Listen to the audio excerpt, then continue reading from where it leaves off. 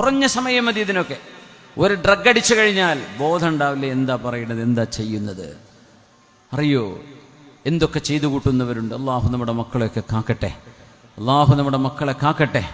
നമ്മുടെ മക്കള് എവിടെ ചെന്നാലും അള്ളാഹുവിനെ ഭയപ്പെടുന്നവരായി ജീവിച്ചാൽ നമുക്ക് അവരെക്കുറിച്ച് ബേജാറില്ല, നമുക്ക് പരിഭ്രാന്തിയില്ല. ഇല്ലെങ്കിൽ മയക്കുമരുന്ന് വരുന്ന വഴികൾ നമ്മൾ തടഞ്ഞു വെക്കണം. അതൊരിക്കലും തടഞ്ഞു വെക്കാൻ ഇപ്പം നടക്കുന്നു പോലും ഇല്ല. എന്നാൽ പിന്നെ നമ്മുടെ മക്കളെ ഒന്ന് മുമ്പിലങ്ങ് പൊതി കൊണ്ടുവന്ന് വെച്ചാൽ പോലും ഞാനത് തൊടില്ല എന്ന് നമ്മുടെ മക്കൾ തീരുമാനിച്ചാൽ പോരെ. ആരെന്ത് വിറ്റാലെന്താ, നമ്മുടെ മക്കളത് വാങ്ങിക്കില്ല, നമ്മുടെ മക്കളത് തൊടില്ല. ഞങ്ങൾ അള്ളാഹുവിനെ ഭയപ്പെടുന്ന പടച്ചവന്റെ സൃഷ്ടികളാണ്. അവൻ അരുത് എന്ന് പറഞ്ഞത് ഞങ്ങൾ വായിലേക്ക് കൊണ്ടുപോകില്ല എന്ന് പറയാൻ നമ്മുടെ മക്കൾക്ക് ഈമാനുണ്ടെങ്കിൽ അവരെക്കുറിച്ച് എന്തിനെ പേടിക്കുന്നത്? ഏത് കള്ളുഷാപ്പിന്റെ മുമ്പിലും അവർ പോയി ജീവിച്ചോളും. എന്തേ? അവരതൊന്നും പ്രലോഭിപ്പിക്കുകയില്ല എന്ന് നമുക്ക് മനസ്സിലാക്കാം. അള്ളാഹു അത്തരത്തിലുള്ള ഈമാനും യഖീനും അള്ളാഹു നമുക്ക് നൽകി.